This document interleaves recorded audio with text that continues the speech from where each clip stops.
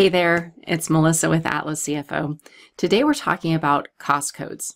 This is a topic that has been requested from our members, and so I'm going to do my best to cover cost codes in today's video.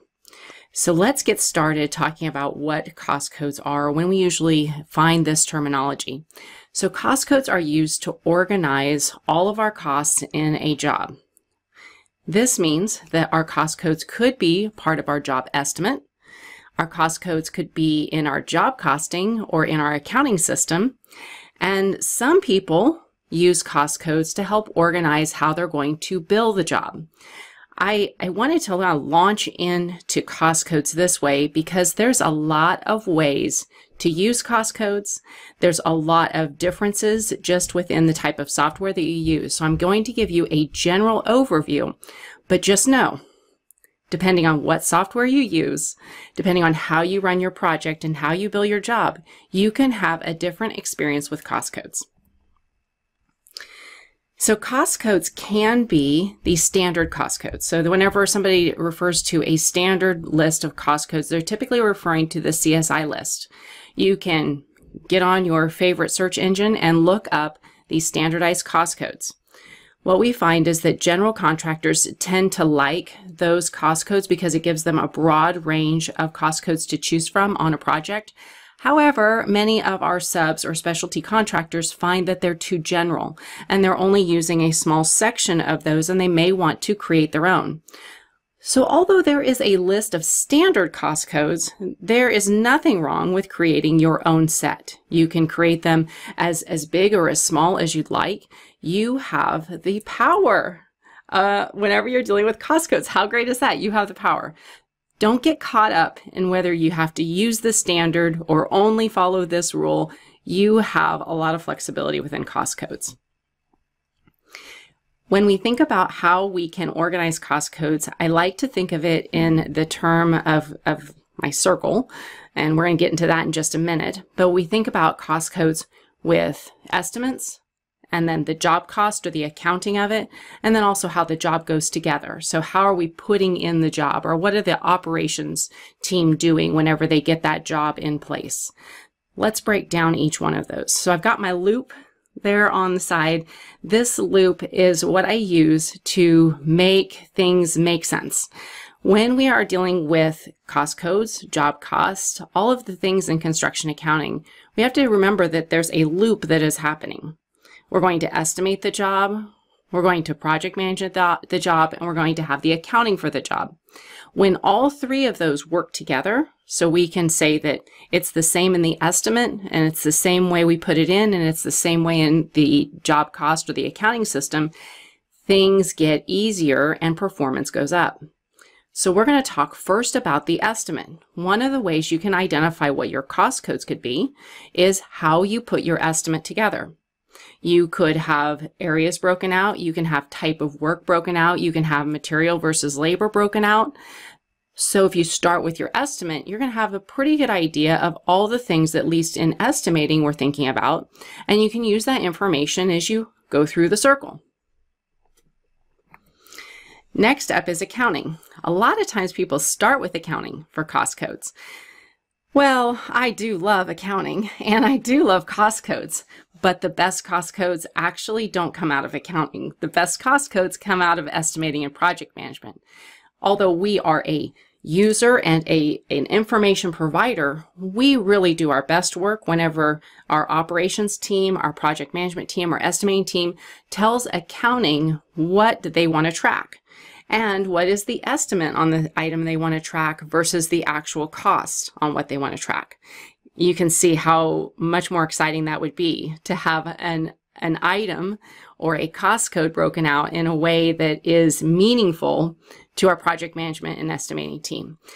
We do use cost codes in accounting, and this is whenever all of these questions start coming up, is when we get into our accounting software. What cost code do you want it to? What item do you want it to? But the real answer usually comes outside of accounting.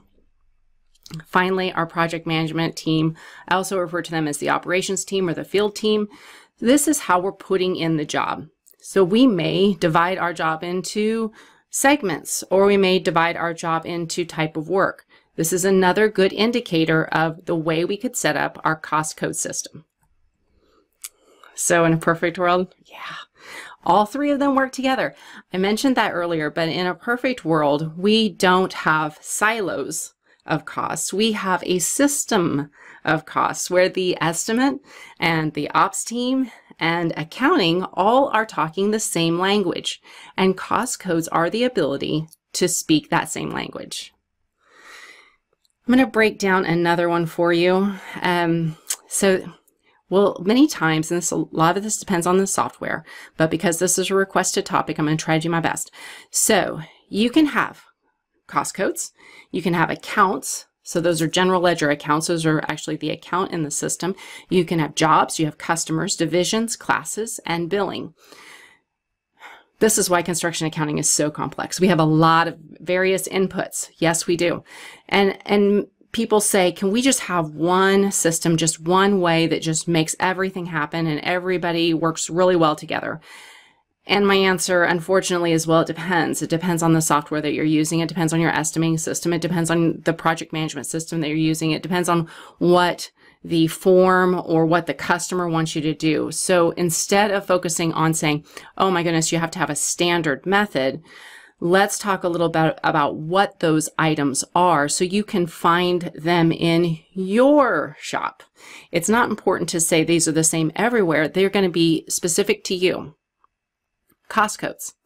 Depending on your software, this terminology could be items. I've seen it been called phases, so it can be multiple names.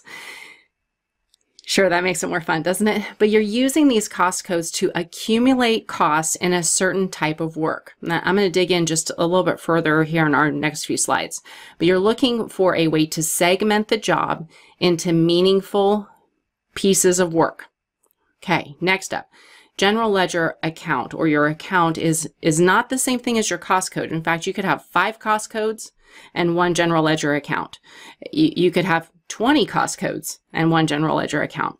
They usually are not one-to-one. So you usually don't have 1 cost code and 1 general ledger account, and you usually only have about 5 to 10 general ledger accounts, where you could have 100 cost codes, but I don't recommend it.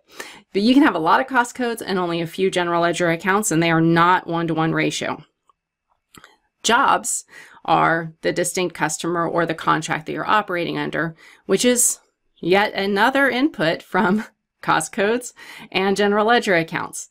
We also have a division or a class. If you are using QuickBooks, sometimes this will get confusing and you'll want to use the class for something, but a class is meant to be like a division of work. Service versus commercial, residential versus industrial. It's really more of a type of work, a big body of work, and a customer grouping. And finally, sometimes whenever you get into cost codes, you start thinking about the way you're going to bill it. Yes, it can relate to that, but it doesn't have to. I'm going to show you that example in a minute. You don't have to have a cost code go exactly in line with a billing. You can, but most people don't. Especially as they grow, they get away from a cost code and the billing lining up perfectly, and they really start to think about cost codes more as cost and the billing or the AIA more as the way the customer wants to see it. Okay, so let's just look at kind of a messy example, but I'll do my best to do this very quickly and concisely. It is a complex topic, so let's do it together. We're looking at what a typical cost code could look like, and I've got 2 examples here. And this is the reason I'm showing you 2 examples is because depending on your software, you can have 2 different results. The accounting software that you use in your organization helps you determine the best way to organize some of this. Let's look at our top section first. Our top section is breaking out our cost codes, and we're going to use a cost code for every line. So we're going to have a cost code for contract labor, and we're going to have a cost code for contract material. You see those are 2 cost codes, not 1.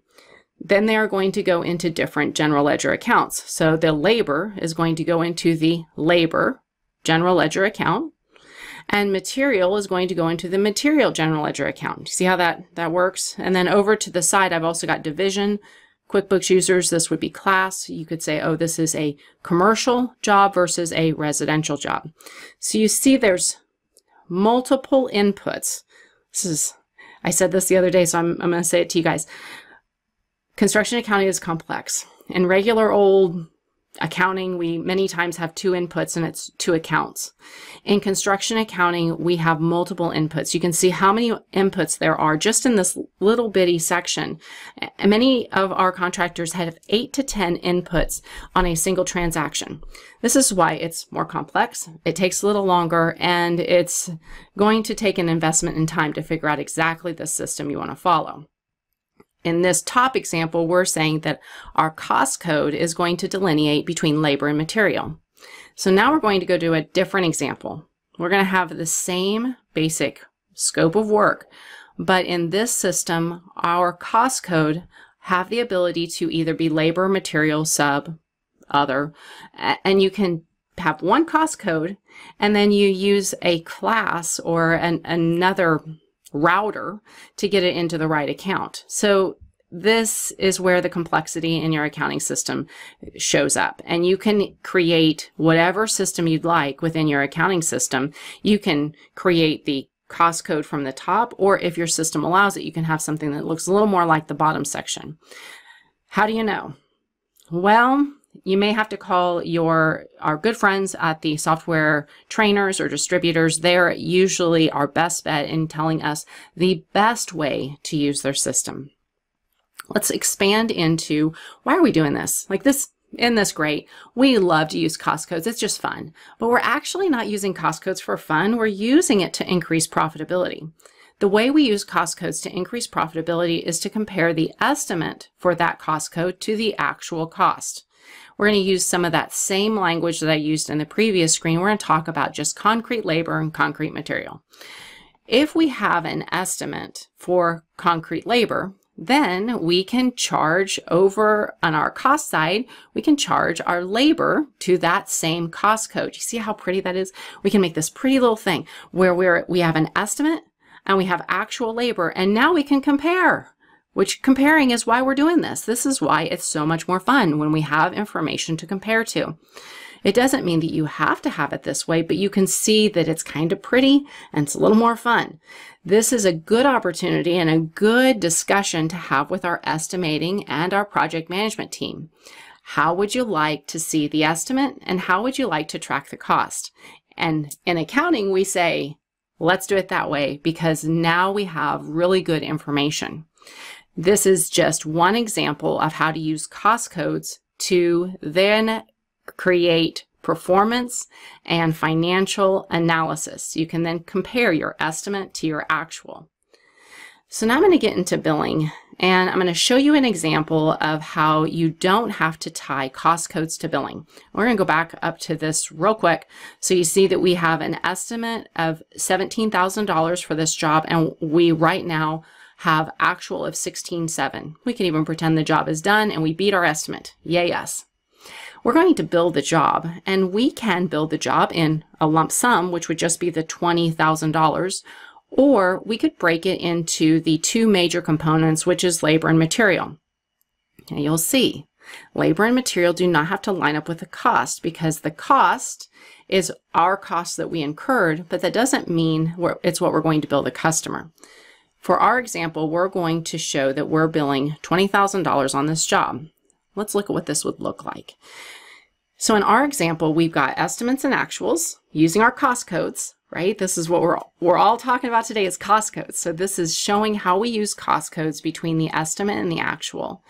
And in our example, we don't have cost codes tied to our billing. Our billing is off to the side. It's in another module. It operates differently, and we're going to bill the customer $20,000. We can even see our profit pop out there at the bottom. So in this one report, look at everything we can learn. We learned what the estimate was whenever we started the job. We learned that we beat the estimate. We can even dig in to see where exactly we beat the estimate. And we were a little bit over on our sidewalk, only $100. You know, it's my example. I can make whatever I want. We can then use this information for the next time we bid a job, or the next time we do something similar, or the next time we need to get a little bit tighter, where would we pick? The possibilities are endless. Are you excited with me? This one use of cost codes is worth the investment to get it the way you want it. So we're back to, why do we mess with cost codes? And the answer is because we want to increase our financial profit. We want to increase performance. We want to win more work. We want to be the best. Using cost codes enables you to compare the estimate to the actual cost, and then continuously improving your processes so that you can make that margin bigger and beat that estimate the next time. Because you're gathering data and you get to compare two numbers, you get better and better. It's not something that you can just say, oh, I'm just going to do this once and we're done. Many of our contractors will analyze their cost codes once a year. Some will do it every 2 or 3 years. The goal is to make sure that the cost codes are meaningful to you, and that when you look at your estimates versus actuals, you can gain information and know if you're going to change something, leave it alone and keep it, or maybe celebrate. Hey, we need reasons to celebrate, and cost codes can give us that. If you want to start on this process, what I first recommend is that you start small. Don't go for 100 cost codes. Maybe you start with 10 to 20. Just start small. You can always add. It's actually pretty easy to add cost codes. It's actually harder to shrink them. So start with the cost codes that you know that you want. Make sure that they're meaningful and that you have an estimate and you're able to track job costs associated with that cost code. Have a process for consistent review. I like to have my project managers, estimators look at job cost once a week. In my perfect world, they're looking at this information at least once a week so they can determine, do they need to adjust their estimates, or is something coded wrong? Things happen. We don't want to have a job cost in the wrong pile or in the wrong job. So having that consistent review makes a huge difference. You can change your mind. As I said, people are reviewing these maybe once a year, every few years. You can change your mind. You have the full authority. You can try it for 90 days, try it for 6 months, try it for a summer. It's okay. You can try it and change your mind and make it better every time. Don't give up. This is a powerful tool that accounting and estimating and project management ops all working together makes a huge difference in your organization. Thank you for spending time with me. I always enjoy it, and I love to be able to speak to topics that you would like to hear about. Please go to our website, join our email list, and you can always reply to one of our emails and tell us about something that you would like to hear about. We'd love to be able to help you. Thank you again, and we'll talk to you soon. Bye-bye.